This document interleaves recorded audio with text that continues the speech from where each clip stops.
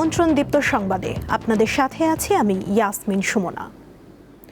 নানা কর্মসূচিতে আজ বিশ্বের অন্যান্য দেশের মতো বাংলাদেশেও মহান মে দিবস পালন করা হচ্ছে। দিবসটির এবারের প্রতিপাদ্য সুস্থ শ্রমিক কর্মঠ হাত, আসবে এবার নবপ্রভাত। সকালে রাজধানীতে মে দিবসের শোভাযাত্রা অনুষ্ঠিত হয়। জুম্মার নামাজের পর সমাবেশ করবে বিভিন্ন সংগঠন। রাজশাহীতে সকালে বিভাগ ও জেলা প্রশাসন, বিভাগীয় শ্রম দপ্তর এবং কলকারখানা ও প্রতিষ্ঠান পরিদর্শন অধিদপ্তরের আয়োজনে র্যালি অনুষ্ঠিত হয়। পটুয়াখালীতে নানা কর্মসূচির মধ্য দিয়ে পালিত হচ্ছে মহান মে দিবস এবং জাতীয় পেশাগত স্বাস্থ্য ও সেফটি দিবস। গাইবান্ধায় যথাযোগ্য মর্যাদায় ও বিভিন্ন কর্মসূচির মধ্য দিয়ে পালিত হয়েছে মহান মে দিবস। মাগুরায় সকালে একটি বর্ণাঢ্য র্যালি বের করা হয়। বরগুনায় বাস, ট্রাক, রিকশা, মোটরসাইকেল সহ নানা পেশার শ্রমিকদের স্বতঃস্ফূর্ত অংশগ্রহণে পালিত হচ্ছে মে দিবস। ভোলায় জেলা প্রশাসকের কার্যালয় থেকে বেলুন উড়িয়ে বর্ণাঢ্য শোভাযাত্রা উদ্বোধন করা হয়। রাজধানী ঢাকায় আজ ভোরে বৃষ্টি হয়েছে। ভোর 5টার কিছু পর থেকে সকাল 7টার আগ পর্যন্ত অঝোরে বৃষ্টি হয়। এই বৃষ্টিতে ঢাকার গ্রিন রোড, কারওয়ান বাজার, পান্থপথ, ধানমন্ডির রবীন্দ্র সরোবরের পাশের রাস্তা, জিগাতলা, পশ্চিম তেজতুরি বাজার, পশ্চিম শেওড়াপাড়া, মিরপুর 10, কাজীপাড়া, মালিবাগ, রেলগেট, মৌচাক, মগবাজার, হাতিরঝিলের সড়কের মধুবাগ এলাকা সহ বিভিন্ন এলাকায় রাস্তায় পানি জমে যায়। তবে সাপ্তাহিক ছুটির দিন হওয়ায় আজ রাস্তায় যানবাহন কম, ফলে ভোগান্তি কিছুটা কম হয়েছে। আবহাওয়া অধিদপ্তর জানিয়েছে, দেশের 6 বিভাগের কয়েকটি স্থানে আজ বৃষ্টির সম্ভাবনা আছে। রাজধানীতেও আরও বৃষ্টি হতে পারে।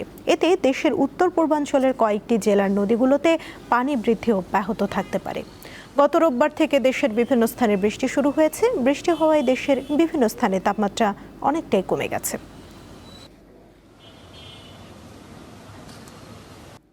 উত্তর বঙ্গোপসাগর ও তৎসংলগ্ন এলাকায় বায়ুচাপের তারতম্যের আধিক্যের প্রভাবে বঙ্গোপসাগর বেশ উত্তাল রয়েছে।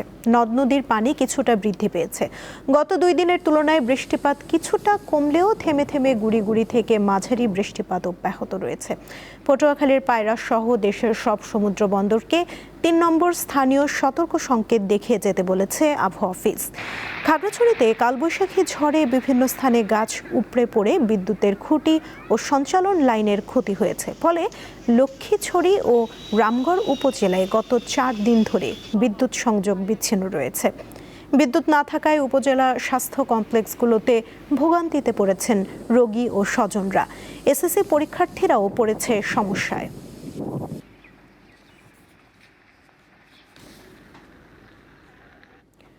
ময়মনসিংহে থামছে না হামে আক্রান্ত ও মৃত্যুর সংখ্যা। গত 24 ঘন্টায় ময়মনসিংহ মেডিকেল কলেজ হাসপাতালে চিকিৎসাধীন অবস্থায় হামের উপসর্গ নিয়ে 2 শিশুর মৃত্যু হয়েছে। এ নিয়ে গত 1.5 মাসে হাম ও উপসর্গ নিয়ে চিকিৎসাধীন অবস্থায় 22 শিশুর মৃত্যু হয়েছে। গত 24 ঘন্টায় হামের উপসর্গ নিয়ে আরও 24 শিশু হাসপাতালে ভর্তি হয়েছে। শুক্রবার সকালে ময়মনসিংহ মেডিকেল কলেজ হাসপাতালের সহকারী পরিচালক মঈনুদ্দিন খান এসব তথ্য জানান। তিনি বলেন, মারা যাওয়া 2 শিশুর মধ্যে একজনের বয়স 10 মাস ও অপর শিশুর বয়স 5 মাস। শিশু দুটি হামের পাশাপাশি নিউমোনিয়ায় আক্রান্ত ছিল।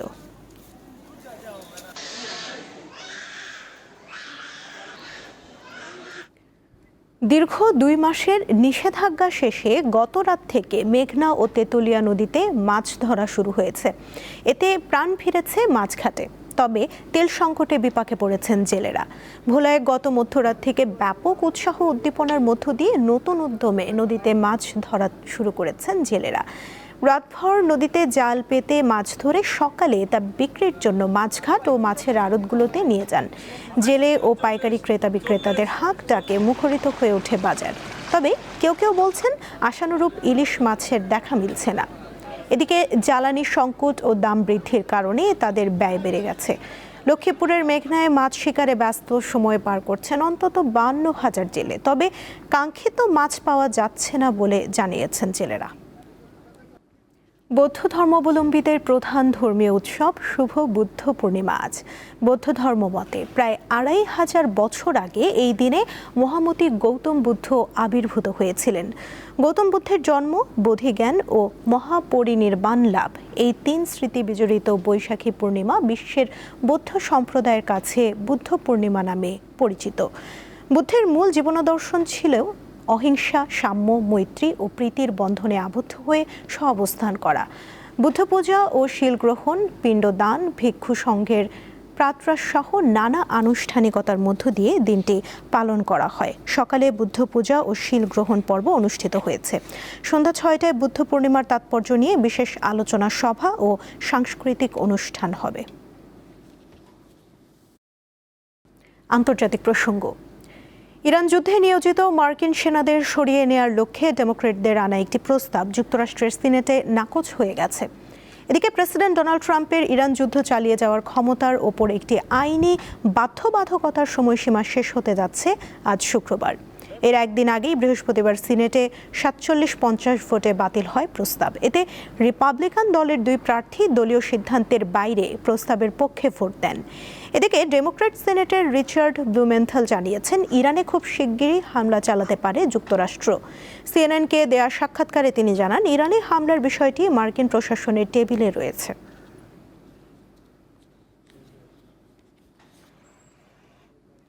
ইরানের সঙ্গে চলমান যুদ্ধ পরিস্থিতির মধ্যে ওয়েস্ট এশিয়ার অবস্থানরত নিজেদের যুদ্ধ জাহাজগুলোতে নতুন করে জ্বালানি, খাবার ও গোলা বারুদ সহ প্রয়োজনীয় রসদ সরবরাহ করছে মার্কিন সামরিক বাহিনী। মধ্যপ্রাচ্যে দায়িত্বরত মার্কিন সেন্ট্রাল কমান্ড সেন্টকম এক বার্তায় এ তথ্য নিশ্চিত করেছে।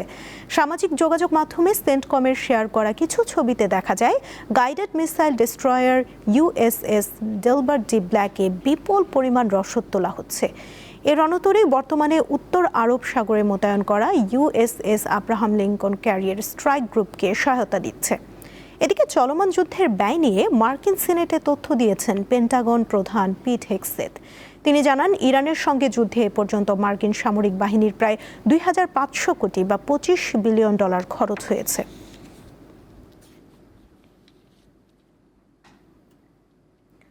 মধ্যপ্রাচ্যের অস্থির পরিস্থিতির প্রেক্ষাপটে ইরান, লেবানন এবং ইরাক ভ্রমণে নিজ দেশের নাগরিকদের ওপর কঠোর নিষেধাজ্ঞা জারি করেছে সংযুক্ত আরব আমিরাত।